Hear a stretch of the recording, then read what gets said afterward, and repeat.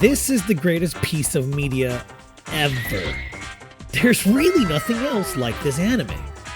Shonen has been deconstructed and it will never be the same. This anime is mid as f.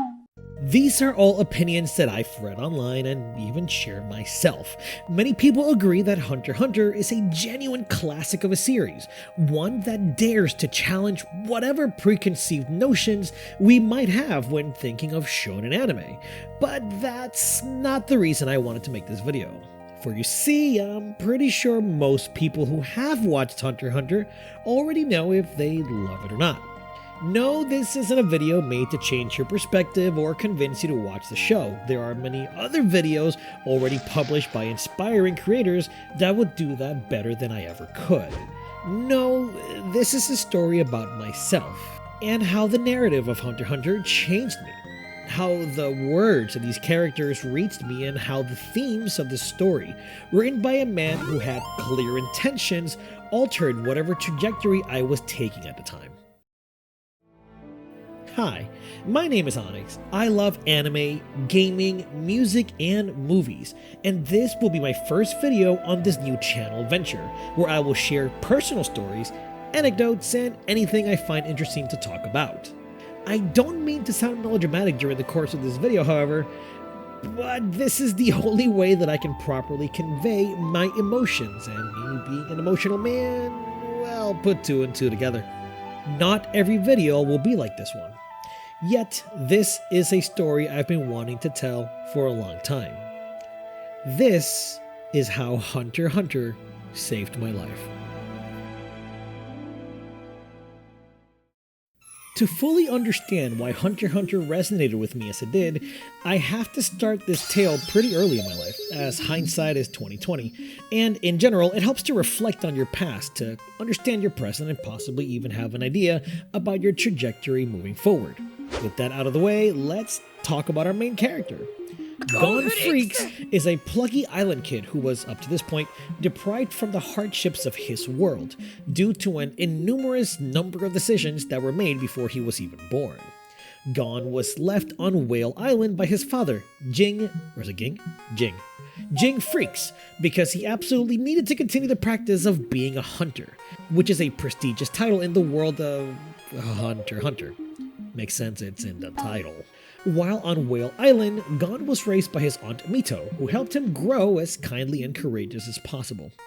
Besides his encounter with Kite, or Kaito, in which Gon runs into the harshness of nature, his youth was protected and shielded from most of the outside world, regardless of whatever negativity was derived from Jing leaving his son on this island. Similarly, many of us also had our innocence of youth shielded from the atrocities of our world, thanks largely in part to our parents or caretakers.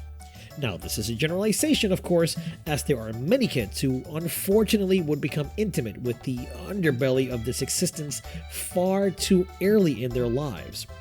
I could have been one of those kids. My early youth was spent on the island of Puerto Rico, where I lived in two homes, my mother and father being divorced from the time when I turned around 1 year old.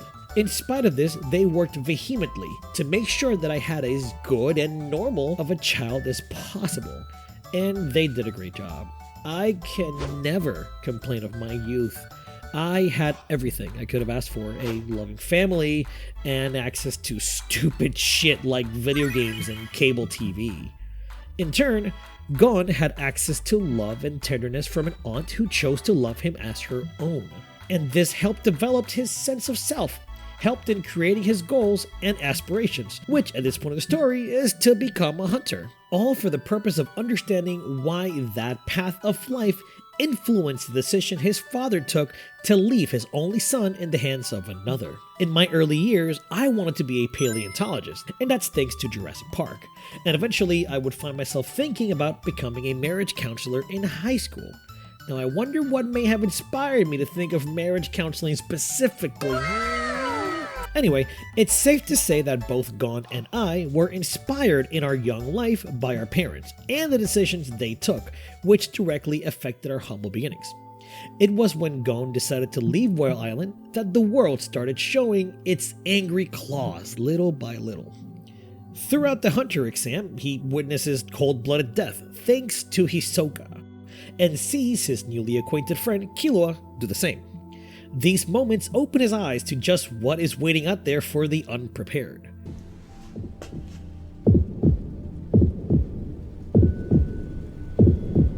For myself, and what I assume is the same for many, many others, this time was high school. To make a very long story short, my high school years ranged from pretty fun to borderline depressive. But I managed to get out relatively unscathed. Well, except for one thing.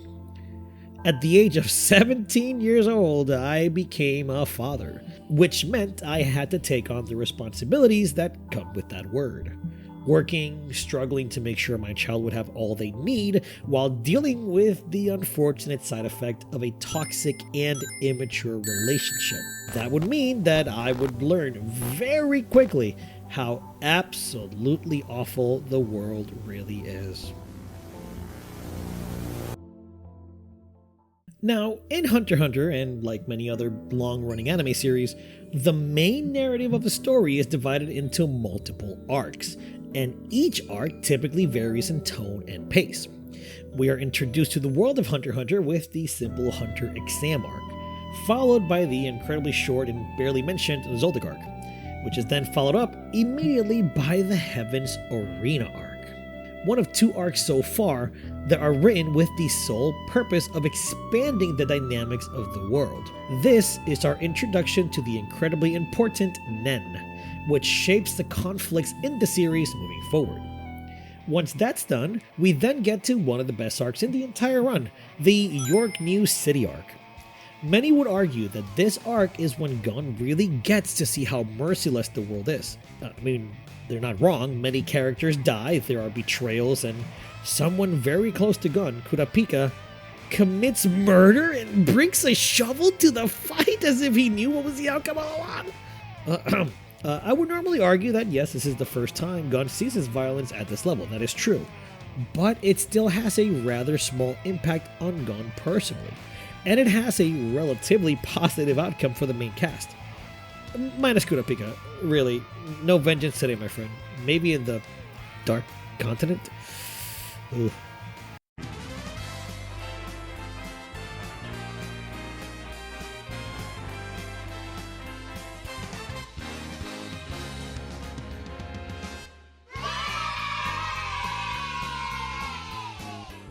Greed Island, the following arc, was essentially a training arc for the now duo of main characters, Gon and Killua, as Kurapika and Leorio stay behind. Greed Island is a great juxtaposition to the York New arc, mainly because of how much lighter it feels in tone. But it also helps to show us how greedy Gon can be, show us that he's willing to do whatever it takes to get something personally out of anything really, and keep that in mind.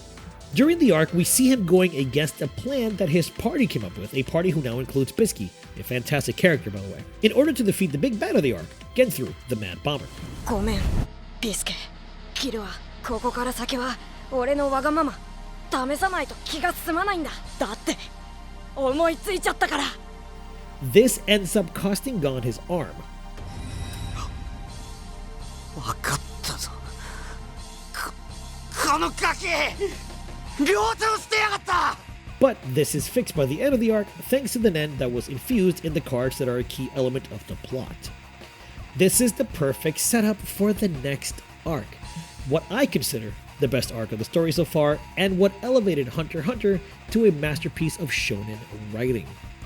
And the first genuine moment in which the world bares its fangs.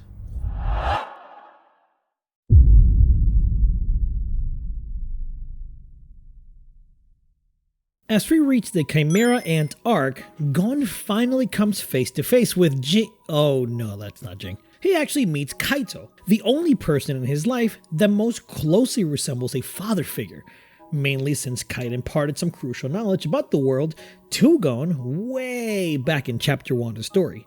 Which I want to mention, that was kind of a weird change in the 2011 adaptation. They didn't show us in the first chapter or the first episode that Kite met Gon, and that was kind of weird, and now it's here as a flashback, and I really wish it wasn't, because it showed that Togashi had thought about this a long time ago, but yeah, okay, whatever. This man also happens to know Jing personally, as he was tasked with hunting him years ago, which reminds Kite later on that he in fact still holds on to Jing's hunter license before giving it to Gon. Now this is the closest Gon has come to his personal goal, and it seems like it really could happen any day. But then life has a kind of funny way of humbling you, doesn't it?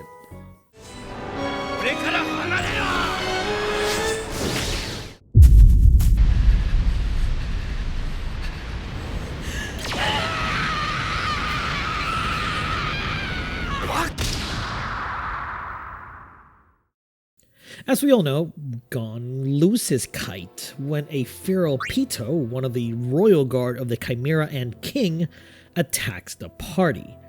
He just doesn't know that Kite is gone, and remains hopeful despite of what we, the audience, know.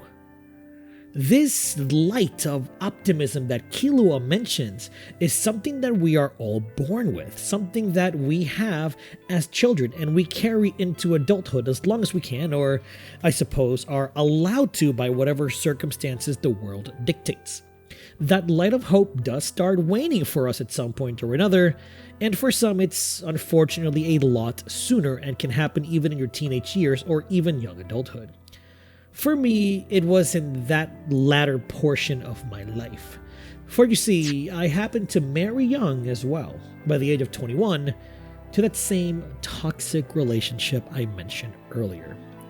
I genuinely did not see it, but this specific time of my life changed me. After years of verbal abuse, manipulation, and borderline gaslighting, I became jaded. I became a person who didn't want to truly engage with anyone, refusing to partake in social events or even really care for myself. So I stopped going to a barber, stopped caring about the clothes I bought and wore, I stopped caring about my health. I became a shell of my former self. And I had zero clue this was happening. I was blind to it, believing and hoping that everything was and would be okay. Before Gon and Killua can go back to confront Pito, they both have to prove their worth to the current leaders of the castle invasion team, led by Netero. This means that they have to fight and defeat Shoot and Knuckle, but they don't. No matter what they try, both Gon and Killua lost to this challenge in their own ways. Gon losing to inexperience and Killua losing to fear. And they were unable to help the team heading to deal with the Chimera Ant problem. Not only did they lose, but Gon was also unable to use any Nen thanks to Knuckles' ability, Bankruptcy Chapter 7, which, once all the parameters are met, neutralizes all Nen by causing the user to be in a state of Zetsu for 30 days, which in turn forces Killua to be his guardian until then. This was a moment of reflection and growth for Gon, and he says something that I think we all have felt at one point or another. キルは俺弱いね。俺思わなかった。こんなに悔しいなんて思わなかっ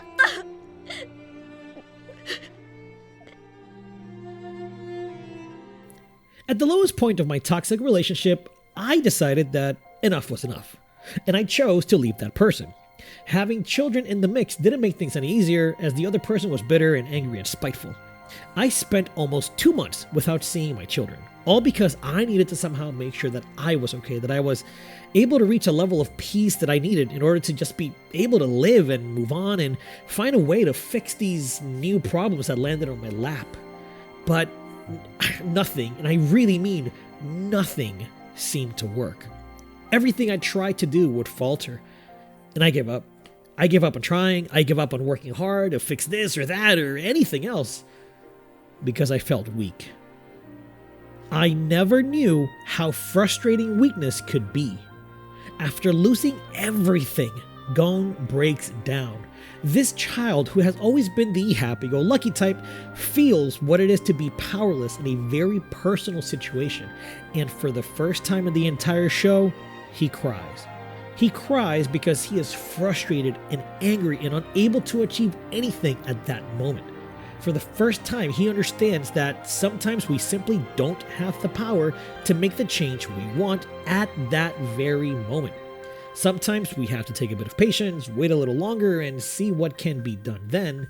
And just like Gon, I didn't know what being this weak felt like, or until I was going through the worst moments of my life. I was powerless to do anything, or at least it felt that way. In hindsight, I'm sure that I could have done something differently, however, I just didn't have it in me. I didn't think about it and I didn't see it. I didn't want to admit it, but I was depressed. I remember one night booting up Persona 3 FES and hearing the main menu theme, which is a beautiful piano piece, which you can hear right now. And that one specific night, it just hit me how incredibly sad I had become. Every time I hear this song, it takes me back to that night. And this was a reminder to myself, and similarly to Gon and his particular moment, that this world we inhabit truly is ruthless, and that your life isn't any less susceptible to its luck or fate or what have you. Yet, like Gon, I didn't always remain sad, because what followed was rage.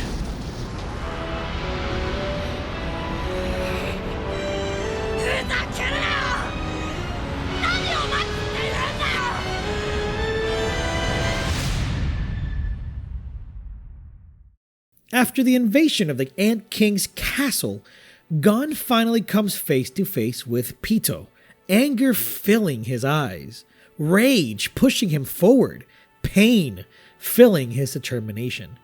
Gon wants revenge. Gon wants Kite back at whatever costs. So he moves forward, as Killua, right behind Gon, feels that something is wrong here. His friend isn't himself, and what awaits them inside is even harder to comprehend for both of them. Pito, cowering over the body of a girl who is bleeding out, protecting her. This hypocrisy is what makes Gon lose it. He cannot deal with this dual nature of the beast who took away his friend and mentor, the same beast who is now begging for more time to protect this dying person. Gon questions if what Pito is doing really is helping the girl or if it's something that's harming her. And once he gets the vision of the broken puppet that remains of Kite's body, how dare you? How dare you? Anger completely taking over his momentary sanity. And within this storm of rage, Gon spouts words that hurt Killua in the process. キルアはいいよね。冷静でいられて。関係ないから。This moment is powerful for a multitude of reasons. One, due to the manifestation of pain that we see Killua actively hold down in order to maintain composure so his friend remains exactly where he needs to be, but also because all of the rage that had been building up since Gon lost Kite was unleashed in hurtful words. Even with his enemy right in front of him, Gon is unable to do anything once again. So he screams. He pounds the ground with his fists, angry, crying. I mean, what else is a 12 or 13-year-old supposed to even do? Life isn't fair. Life makes zero sense. And this is what we get. A confusing situation, impossible to comprehend. But now you're in the middle of it all. You're stuck without answers to what is currently driving you. And quick side note, but kudos to Megumi Han, Gon's Japanese voice actress, on this amazing performance. She brought out aspects of Gon's character in her voice that I would have never gotten from the manga. I've personally never wanted revenge on anyone or anything, but I have been in a place similar to this where my rage was at an all-time high and I didn't know what to do. I had a rage that led me to say things I may have meant but should have kept to myself. A rage that made me physically exhausted, sick to my core. This same rage would lead Gon to make some of the most impulsive, rash, and selfish decisions in the entire series. When faced with the reality that Kite would never come back, at his lowest moment in the series, Gon gives everything up, and I really do mean everything. これで終わってもいい。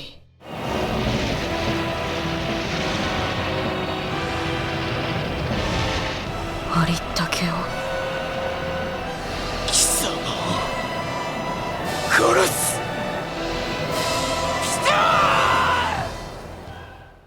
He gives up his power, his Nen, and his future potential just for this moment, just for revenge, to be powerful enough to do so right here and now. And my God, this moment, this transformation, when Gon makes his pact with Nen, is one of the best moments and transformations in anime history. It's powerful, it's dark, it's scary, it's sad, but there's also a weird dark beauty to it all. Afterwards, well, I mean, we know what happens. We know that Gon becomes incredibly powerful and he absolutely demolishes Pito. And then, because of Neferpito's Nen, Gon loses an arm.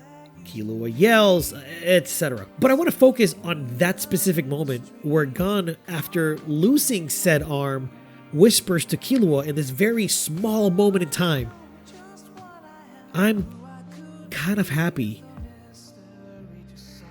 I get to be the same as Kite was then. I feel like I've been redeemed some." As the beautiful piano rendition of Hiyori Itai plays in the background, Gon then using his now dismembered arm to land the finishing blow on Pito after those crazy sad words? Fuck. It's as if all the pain we've gone through is now a bit more valid because we understand why it happened. Because even though we made mistakes, we're trying our hardest to make things right. And this right here, this moment of clarity that Gon and you and I share amidst those darkest moments, that's our first step to redemption.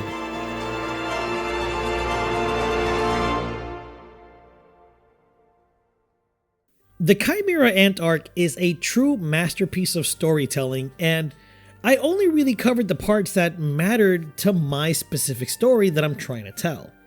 And that story, as the title of the video states, is how this piece of media affected me in a personal way. I started watching Hunter x Hunter in 2012, about 8 months or so since it first premiered out of sheer curiosity. The art looked interesting and it was the same author of Yu Yu Hakusho, so I gave it a chance. And of course, I fell in love with the world building and with the characters, but one thing that I didn't really see happening at the time was that Hunter x Hunter would continue to air as my life went through all of these major events. And it would be there every single week to help me cope, to help me get away. There is a physician by the name of Dr. Sandra Dalton Smith who has shared that there exist 7 types of rest for people, emotionally and physically. And one of those types of rest is named creative rest, where the person appreciates beauty in any form, whether natural or human created, to achieve meaningful rest. So if you were to appreciate beauty from nature, for example, it would involve you going outside to see a sunrise, sunset, or take a walk within nature itself, a forest, beach, whatever works. But if you seek beauty from creation, from a human, you would engage with art in a museum or an art festival, or with inspiring media such as music, books, documentaries, etc. And look, anime, just like anything in television, is a medium that uses its art form in ways that can be extremely expressive. And there are some series within anime that are genuinely inspiring to me. Hunter x Hunter is one of them. Throughout those years that I would tune in weekly, I engaged in creative rest while being whisked away into this world of hunters, with a group of characters that would inadvertently help me cope with so many emotions. Emotions like this deep depression that almost took me in and never let me go. I remember thinking back then that if I had died at that very moment, I would have accepted it. And that scared me. It still does from time to time. But watching Gon go through all these trials and tribulations, believe it or not, as well as seeing the decisions that he made and how they affected his outcome on his path, made me think critically of what was happening on screen. The dual nature of the narrative in the Chimera Ant arc between Gon and the King specifically, between that darkness and evil that humanity is capable of, and then the idea that the nature of these animals, the Chimera Ants, is less evil, it made me question what I wanted from life and whether or not my choices would help me push towards whatever future waited for me. During the final arc of the show, Gon is in critical condition from his injuries after his battle with Pito. And seeing all of his friends gather together for Gon was a moment that meant little then, but means so much more today. Hunter x Hunter was like a friend who always checked up on me every week. And if Hunter x Hunter wasn't there, my life may have felt like it was missing some purpose. A purpose because I just needed to know that everything would work out in the end for Gon and his friends. In the very final episode of the series, Jing and Gon reunite atop of the World Tree, which Jing tells Gon is but a sapling from a type of tree that grows in the Dark Continent, a humongous part of the world that is outside where they currently live. Jing revealing that the world they are now in is in the middle of a small lake that is part of a much, much larger world, and just like that, Togashi expands the scope of the series by a wide margin, but also tells me and his audience that the story is far from over. And my story was indeed far from over. After all the years of hurt, of pain, I was able to fight my battle and move past it. I was able to gain my confidence by going to therapy and healing with help from the friends that were placed in my path. And just like Killua and Gon, there was a moment where some of these friendships would have to dissipate as life took us on separate paths. I will always remain thankful for the people who were there and then. I was able to find love again. I developed an incredibly deep relationship with my children and fathered another. My life is entirely different than it was when this magnificent series aired, and I am thankful. Thankful that, even though things aren't perfect and I am yet still growing as a person, I have come this far and I'm still able to hold my head up and look towards the future. When Hunter x Hunter ended, I created an Instagram post on my personal page dedicated to Hunter x Hunter because I loved the series and I wanted to share what it meant to me at the time. I loved everything it stood for, every message it gave us, every incredible moment of sadness, joy, and awesome action. And I was grateful that I lived in this moment where Hunter x Hunter existed, that I was born and that one day I would watch and love and grow with the help of this series. The themes that Togashi decided to put on paper and manipulate in this story in that specific way are crucial to the success of its message. And it is baffling to me that it all worked so well, not only in the basic aspect of the writing, but also in how deeply it reached me. Have you ever had this happen to you? Where a piece of media just connects on an emotional level in such a way that it feels like the author is writing this specifically for you? I don't know the reason, but I have a feeling those connections occur because, well, we're all humans in this human experience, and the creators of these stories share those parts of their existence within the pages of their art. So that's it. That's the reason this video even exists. It's an avenue and opportunity where I get to share my personal story, but also show my deep appreciation, an appreciation that grew more fondly over time. Since then, I have fallen more in love with the series. I have watched it from beginning to end 3 times over and have bought almost every volume of the manga, as well as acquired some random pieces of merchandise over the years since it ended, including a lot of t-shirts. I really have a deep love for the series, flaws and all. In the last few frames of the final episode, Jing tells Gon that you should enjoy the little detours to the fullest, because that's where you'll find the things more important than what you want. Well, I did pay attention to those little detours. I always paid attention to everything around me, and I took opportunities that I would have never taken before, and though they didn't all pay off in the way I expected, they were all key moments of growth for me.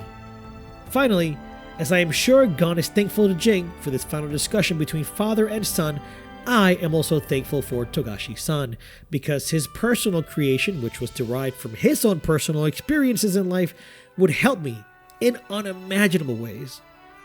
I'm thankful that through those stories of Gon, Killua, Kurapika, Leorio, Komugi, and the King, I was able to see that there is a light at the end of the tunnel. I am thankful for Togashi-san. I am thankful for Madhouse for this great adaptation. I am thankful for life. I'm just thankful because Hunter x Hunter saved my life.